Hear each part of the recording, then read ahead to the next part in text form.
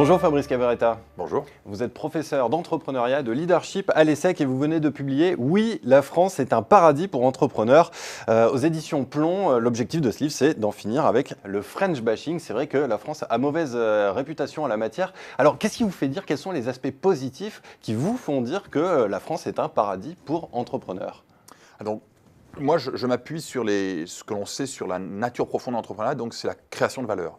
En France, il y a deux choses à bien remarquer sur les forces qui vont permettre à l'entrepreneur de créer de la valeur. Premier point, on a des très bons facteurs de production, le patrimoine, la marque, la réputation de la France. Dans beaucoup de domaines, ça va jouer un rôle important. L'État. L'État, contrairement à ce qu'on peut penser, dans le domaine militaire, par exemple, c'est l'État qui paye et ce domaine militaire va permettre le développement dans l'écosystème high-tech. Dans le domaine de l'agriculture, c'est l'État qui régule, va permettre la création de la marque. Donc l'État, des fois, joue un rôle toxique, mais souvent joue un rôle positif. Troisième point le plus important, le capital humain. C'est-à-dire qu'on a des gens très bien formés, nos grandes écoles, nos universités fonctionnent bien, et on a du personnel de très bon niveau qui mélange bien les aspects techniques, sciences, et des aspects plus culturels, et ils ne coûtent pas cher, même quand ils sont chargés, ils coûtent beaucoup moins cher que par exemple en Silicon Valley ou à Londres. Donc le facteur humain, c'est vraiment quelque chose qui va permettre de faire, en particulier dans la nouvelle économie ou dans les économies du savoir, va permettre de créer des très belles boîtes pour pas cher. Donc ces trois éléments, c'est les aspects positifs en termes de facteurs. Deuxième chose, il faut prendre en compte les industries. On a des clusters d'excellence en France, on en a beaucoup. Nous avons un cluster d'excellence dans la high-tech, on fait partie des grands clusters d'excellence en high-tech dans le monde. Le luxe, la mode, le design, l'alimentaire, l'agroalimentaire, le tourisme.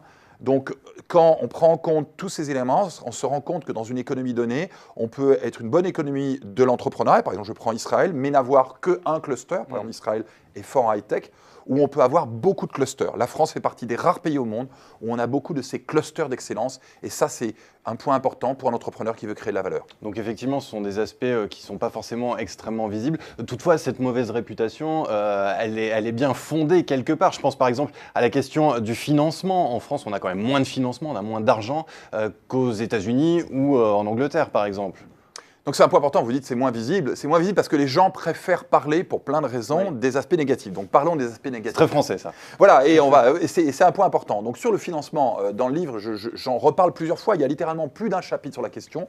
Un premier chapitre où j'appelle ça le mythe toxique du capital, où j'essaie d'expliquer que toutes les théories modernes et les manières modernes d'enseigner l'entrepreneuriat, c'est pas seulement à l'ESSEC, mais c'est à Harvard ou à Stanford, se basent sur le fait que non, on ne fait pas une levée de fonds. Ça ne veut pas dire qu'il n'y a pas de levée de fonds. Ça veut dire que dans les approches modernes d'entrepreneuriat, on comprend que l'entrepreneur doit vraiment créer de la valeur avec ce qu'il a entre les mains et que l'argent arrivera après. Donc l'argent, ce n'est pas le démarrage de l'activité. L'argent vient quand j'ai trouvé les bons éléments. Donc je vous renvoie à ce qu'on a discuté tout à l'heure. Deux, il y a beaucoup d'argent dans le marché. C'est-à-dire que c'est pour ça qu'on a les taux d'intérêt pratiquement nuls ou même négatifs. Il y a beaucoup d'argent dans le marché.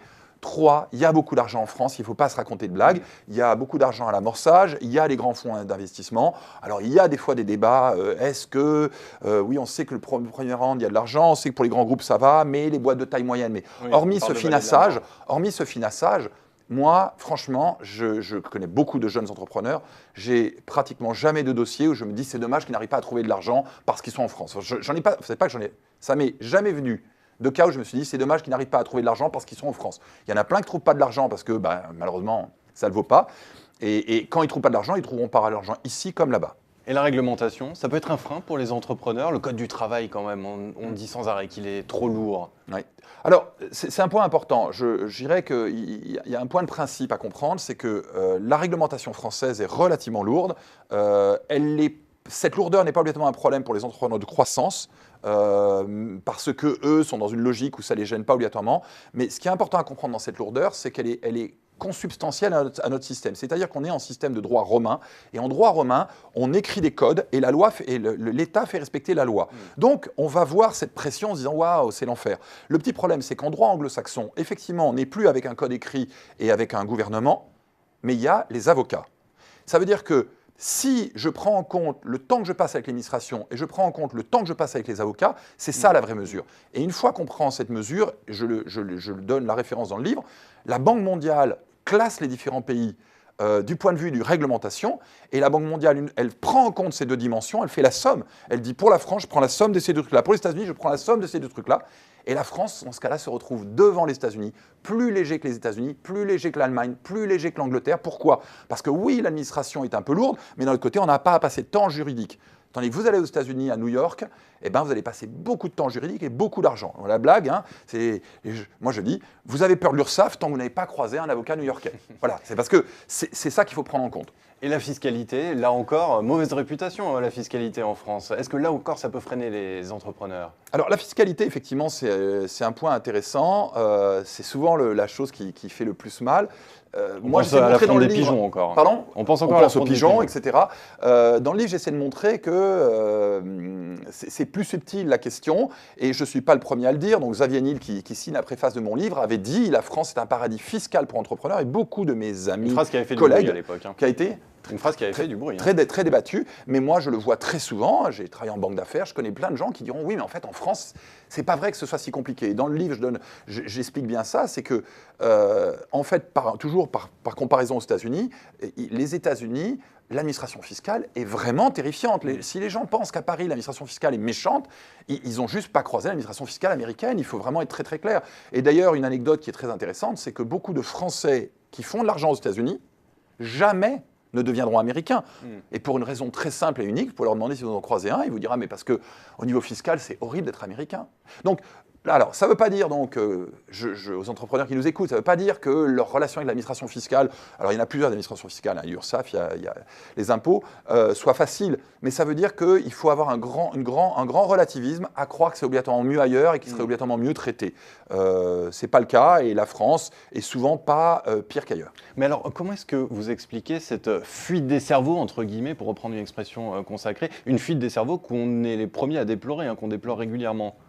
Ah ben, écoutez, c'est bien que vous me posiez cette question. Moi, je l'explique par le fait que l'on croit qu'on a un problème. Et donc, par exemple, sur cette question de fuite des cerveaux, donc, soyons clairs, la France n'est pas un pays où il y a une fuite des cerveaux. Et donc là, je renvoie dans le livre, il y a la référence de l'étude de l'OCDE qui montre que si on met tous les pays comme ça et qu'on fait la courbe des fuites de cerveau, la France est au taquet à gauche. Il n'y a qu'un seul pays pratiquement qui a moins de fuites de cerveau, c'est les États-Unis, qui est un gros marché intérieur, et ils ne parlent pas les langues étrangères, donc ils fuient moins. Mais autrement, tous les autres pays, les gens partent plus. Donc c'est contrefactuel. La France n'a pas de problème de fuite des cerveaux. Idée reçue, donc. Idée reçue. Il n'y a pas photo, et là-dessus, on peut débattre. J'ai même mis sur mon site web, parce que des fois, sur les plateaux, il y a des gens qui me disent « c'est pas vrai, mes études disent que ». Alors, chaque fois, je dis « très bien, donnez-moi vos études ». Donc, vous pouvez trouver sur mon site web. Moi, je la mets sur mon site web, et j'ai pour l'instant personne qui m'a donné une étude qui contredit celle-là. Et je le ferai avec plaisir, je suis un chercheur. Donc, si quelqu'un m'a une étude qui contredit, je la regarderai avec plaisir. Donc, les gens ne partent pas. Deuxième point très important, s'ils partaient, ce ne serait pas un problème. Israël, dans le livre sur Israël et Startup Nation, se vante du fait que leur force, c'est que leurs jeunes sont capables de partir en Silicon Valley. Donc je résume, quel est le problème? C'est qu'on a une croyance contrefactuelle sur le fait qu'on aura une difficulté, que de toute façon, si ce facteur était comme ça, si effectivement les gens partaient, ce serait plutôt une bonne nouvelle, mais on a toujours tendance à interpréter les choses en essayant d'y voir un problème, et que donc, le résumé de ma pensée, c'est que le vrai problème, c'est cette croyance permanente dans tous les domaines à interpréter contrefactuellement ou dans le mauvais sens les facteurs parce que nous aimons penser que nous sommes mauvais. Alors pour résumer, si je comprends bien, quand je me regarde, je me désole, mais quand je me compare, je me console. Absolument, je suis avec vous et pour être bien clair, je pense que la France est vraiment un endroit qui est très favorable aux entrepreneurs, on va le voir très positivement, on peut créer de la valeur et il faut que plus de gens le sachent. Eh bien merci Fabrice Cavaretta d'être venu déconstruire ces quelques idées reçues sur l'entrepreneuriat. Merci, je rappelle la parution de votre livre aux éditions Plomb. Oui, la France est un paradis pour entrepreneurs. Merci beaucoup. Merci.